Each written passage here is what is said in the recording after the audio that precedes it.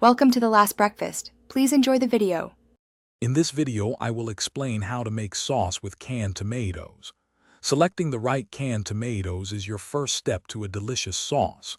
Look for whole peeled or crushed varieties, as they often have the best flavor. San Marzano tomatoes are a fantastic choice, known for their sweet taste and tender texture. This foundation ensures a rich and authentic sauce every time. Beyond your tomatoes, a few key ingredients will elevate your sauce. You'll need aromatics like fresh onion and garlic, along with good quality olive oil. Don't forget salt and freshly ground pepper to season.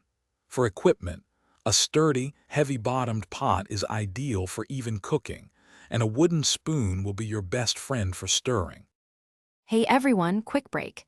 If you're finding these tips helpful, please hit that like button and subscribe for more cooking guides. And on another note, why not bring some joy to your kitchen with an Echo Dot smart speaker?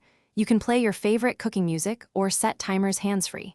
Check the description below for the link and other great deals. Now, let's get back to the video. Now, let's get cooking. Start by gently sautéing your chopped onion and minced garlic in olive oil until they are soft and fragrant. Next, add your canned tomatoes to the pot. If you're using whole peeled tomatoes, break them up with your spoon. Bring the sauce to a gentle simmer and let it cook for at least 30 minutes, allowing flavors to meld. Once your sauce has simmered, it's time to fine-tune the flavors. Taste and adjust the seasoning with salt, pepper, and perhaps a small pinch of sugar to balance acidity. Stir in fresh herbs like basil or oregano right at the end for brightness. For an extra luxurious finish, a pat of butter or a splash of cream can add wonderful richness. Thanks for watching. Consider subscribing if we helped you today.